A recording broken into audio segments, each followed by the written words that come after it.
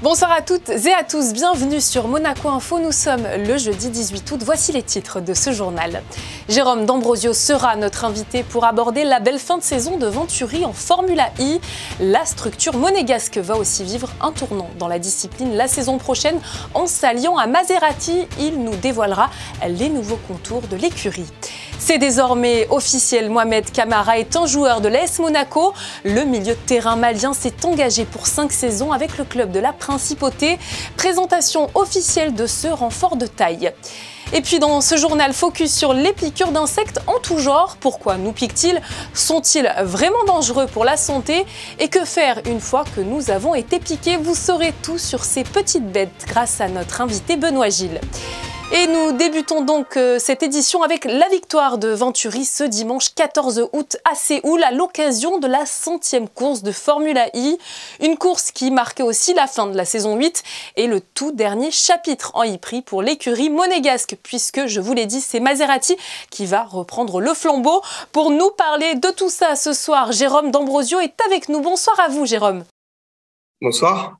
On est ravis de vous avoir dans ce journal pour parler un petit peu plus globalement de la saison, évidemment, mais aussi de ce changement qui va s'opérer. Première question, évidemment, sur ce week-end, Eduardo Mortara sur la plus haute marche du podium et l'hymne monégasque joué pour la dernière fois lors de l'ultime course de la saison. Je suppose que l'émotion était vive pour vous tous ce week-end.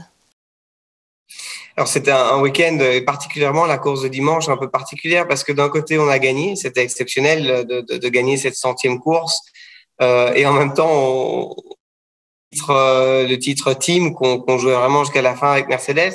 Donc il y avait un peu un mix d'émotions, mais avec le recul, je pense qu'on peut être très fier de ce qu'on a accompli.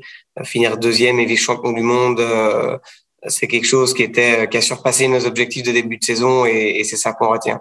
Justement, quel bilan vous tirez de cette saison qui vient tout juste de se clôturer? J'ai cru le comprendre, vous venez de le dire, mais les objectifs ont donc été largement atteints. Alors l'objectif au début de l'année pour nous, c'était de finir dans les 4 premiers en championnat team. Donc avoir joué la gagne jusqu'à la fin et finir pas loin de Mercedes, c'était un championnat qui a surpassé nos attentes. Même si au fur et à mesure du championnat, voyant qu'on avait vraiment la possibilité d'aller jouer la gagne, mais c'est quelque chose qui est devenu aussi malgré tout c'est pas un objectif, mais c'est une forte envie qu'on avait tous dans l'écurie. Et donc voilà, mais un championnat qui est vraiment extrêmement positif. Les 2 pilotes dans le top 5, Eduardo Mortara sur le podium en 3e position, Lucas Di Grassi 5e. C'est la saison avec le plus de succès dans l'histoire de Venturi. On est le team qui a gagné le plus de courses aussi de cette saison, donc je pense qu'on peut vraiment être très très fier de ce qu'on a réalisé. Vous venez de parler de Lucas Di Grassi et de Eduardo Mortara. Quel regard vous portez aujourd'hui sur ces 2 pilotes? Deux champions. Edo a encore fait une saison magistrale avec 4 victoires, je pense 2 pole positions, 2 meilleurs tours en course. Et il a joué aussi la gagne au championnat pilote. Lucas a fait une saison aussi exceptionnelle. Il venait d'une écurie avec laquelle il a passé 6 ans. C'est jamais facile de changer comme ça. Les méthodes de travail sont différentes, la voiture est différente. Il y a une petite période d'adaptation, mais il a fait une 2e partie de saison exceptionnelle avec sa victoire à Londres. Il n'a pas eu beaucoup de réussite et malgré tout, il fait aussi dans le top 5. Et c'est finalement la performance de ces 2 pilotes aussi qui nous ont permis de finir 2e et vice-champion du monde. Alors une saison, on l'a compris, plus que positive pour Venturi et vous allez d'ailleurs prochainement connaître un tout nouveau chapitre de votre histoire puisque le nom Venturi va petit à petit laisser place à celui de Maserati. Est-ce que vous pouvez nous en dire plus ce soir? Effectivement, l'année prochaine, on devient l'écurie officielle de Maserati en Formule 1 et c'est clairement une page qui se tourne et un nouveau chapitre qui s'ouvre pour l'écurie. Alors les contours de l'écurie Maserati ne sont pas encore bien connus, mais je crois que le siège devrait tout de même rester en principauté, Jérôme. Alors le corps, donc le groupe d'ingénieurs, le team opérationnel restera effectivement basé à Monaco. Le personnel ne changera pas non plus. Et en tout cas, ceux qui sont là restent. Il y aura un petit peu d'ajouts, mais c'est clair qu'on a un team qui performe extrêmement bien et on a aucune raison, loin de là, de changer quoi que ce soit à ce niveau-là. Merci beaucoup à vous, Jérôme D'Ambrosio, d'avoir été avec nous ce soir. Merci à vous. Toujours dans le sport monégasque, la nouvelle recrue de l'AS Monaco FC, Mohamed Camara, a été présenté officiellement à la presse cet après-midi. Il aura, c'est vrai, la lourde tâche de faire oublier Aurélien Tchouaméni, parti au Real Madrid. Découverte de ce nouveau joueur avec Yannick Debever, Marie-Ève Béé et Clélia Renaud. Du haut de son mètre 75, Mohamed Camara, 22 ans, est présenté comme un milieu de terrain défensif. Arrivé en provenance du Red Bull Salzbourg, club autrichien connu pour son excellente formation, le jeune Malien robuste vient renforcer un milieu de terrain orphelin de son joueur clé, Aurélien Tchouaméni. Je ne dois pas me comparer à Tchouaméni, il a fait belle chose avec Monaco. Chaque joueur a sa carrière à gérer, moi je le souhaite le meilleur. En plus, pour moi, c'est une source de motivation. Pour moi, le plus important, c'est aider l'équipe autant que possible et de me mettre toutes mes qualités au service de l'équipe pour aider le club.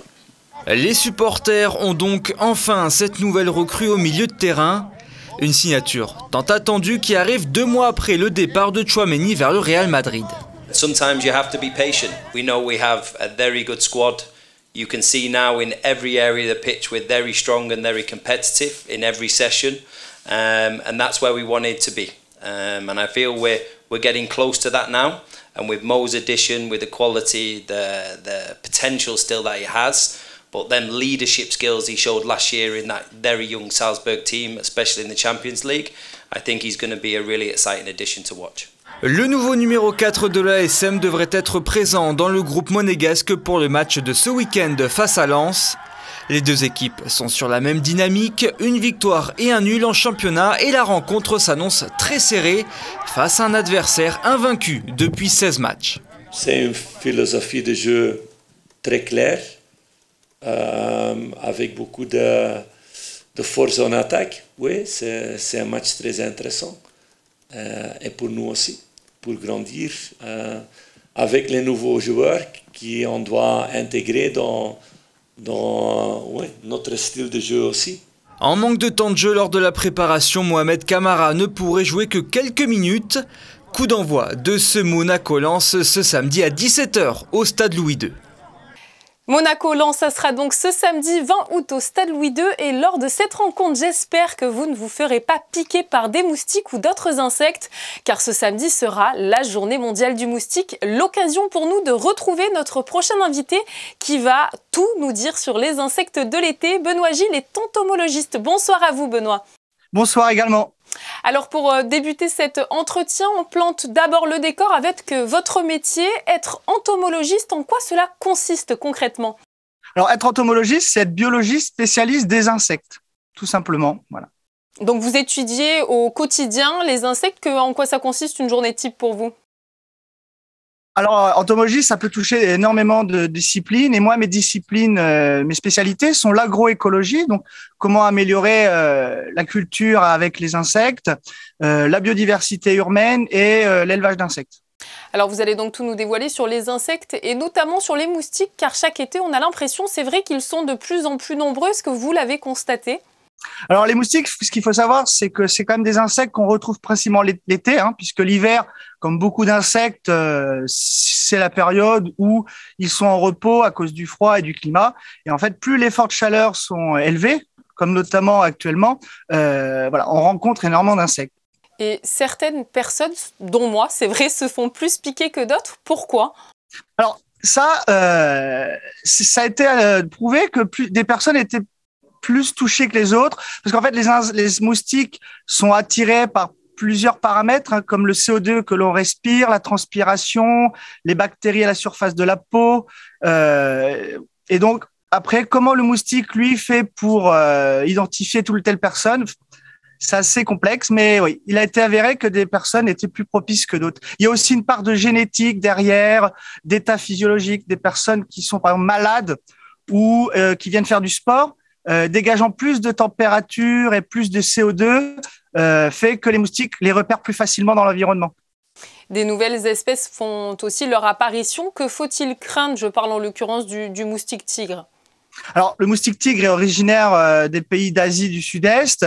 Il est arrivé en Europe il y a quelques années et il remonte comme ça en France. Il y a 67 départements actuellement touchés. En raison aussi du réchauffement climatique, il est fait remonter. Et ce moustique est porteur potentiellement de pathogènes comme le Zika ou le chikungunya. Donc, plus le moustique va être présent et plus il va être en contact avec ces pathogènes, plus il aura la possibilité de le transmettre. Mais bon, actuellement en France, les cas sont très, très rares. Alors ça, je l'ai appris en faisant quelques recherches avant de vous recevoir. Seules les femelles piquent, les femelles moustiques. Pourquoi? Parce qu'en fait, les moustiques femelles piquent tout simplement pour pouvoir faire leurs œufs et pondre. Donc, il leur faut un bol alimentaire suffisant pour pouvoir faire une ponte. Et les mâles, quant à eux, ne piquent pas puisqu'ils n'ont pas besoin de cet apport alimentaire. Ils se nourrissent principalement de pollen ou de nectar sur les fleurs, comme beaucoup de mouches, tout simplement. Alors, on va parler d'abeilles, de guêpes, de frelons. C'est vrai que les abeilles, elles meurent après avoir piqué une personne. Les moustiques, eux, peuvent piquer de nombreuses fois jusqu'à ce que leur abdomen soit plein. En fait, les moustiques mangent jusqu'à ce qu'ils n'aient plus faim. Oui, c'est ça. C'est différent. Les abeilles se piquent pour se défendre. Hein. C'est vraiment un système de défense. Donc, une fois qu'elles ont émis le venin, elles meurent. Mais le moustique, lui, c'est vraiment pour se reproduire. Donc, c'est de l'alimentation. Donc, une femelle peut pondre plusieurs fois.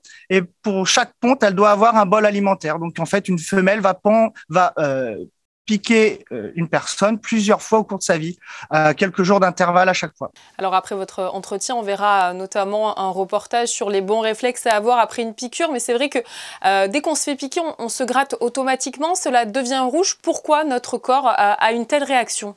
Le moustique femelle, quand il vient nous piquer, son intérêt, c'est de ne pas se faire remarquer parce que sinon elle se fait écraser. Donc elle injecte dans sa salive des anesthésiants qui fait qu'on ne ressent pas la piqûre. Et elle injecte aussi des anticoagulants qui permettent de fluidifier le sang et de mieux l'aspirer. Et ça, c'est des molécules que le corps détecte et il y a une réponse immunitaire anti-inflammatoire qui se met en place. Donc, il y a des gens qui vont réagir plus durement à ça que d'autres. Et c'est ce qui provoque finalement le bouton et la sensation de démangeaison. Est-ce que, par exemple, cet été où il fait particulièrement chaud est propice au développement des moustiques? Oui, tout à fait. Sachant que les insectes, plus il fait chaud, plus ils vont se développer rapidement. Les fortes chaleurs qu'on a eues fait que les moustiques vont engendrer des générations très rapidement. La contrepartie, c'est que les sécheresses atténuent quand même beaucoup les points d'eau et ce qui diminue en contrepartie les populations de moustiques. Donc voilà, cette année a été peut-être un peu particulière pour ces raisons-là. Alors c'est vrai, il n'y a pas que les moustiques qui piquent, les guêpes ou encore les frelons sont aussi particulièrement craints et surtout qu'il y a de nouvelles espèces qui apparaissent également. Je pense notamment aux frelons asiatiques qui quand ils piquent, fait vraiment très très mal. Oui, tout à fait. Le frelon asiatique est arrivé il y a 10-15 ans en France. Là, il est rendu quasiment en Belgique et en Allemagne. Donc, ils font des grosses colonies, donc ils peuvent être problématiques si on s'en approche ou on les dérange. Et il y a une espèce qui a été détectée, une nouvelle espèce de frelon qui a été détectée l'année dernière près de Marseille, qui est le frelon oriental. Et là, on en a quelques exemplaires ont été observés. Donc, il faudra surveiller les années futures, voir si la population s'étend. Merci beaucoup à vous, Benoît Gilles, de nous avoir éclairé sur toutes les petites bêtes qui nous entourent. Merci. Et justement, une fois que vous avez été attaqué par un insecte, que ce soit par un moustique, une guêpe ou un frelon, que faut-il faire pour apaiser ces piqûres qui semblent de plus en plus violentes? Pour répondre à cette question, direction la pharmacie Ferry sur des images de Marie-Ève B. Le réflexe est presque immédiat après une piqûre d'insecte. L'irrépressible envie de se gratter arrive.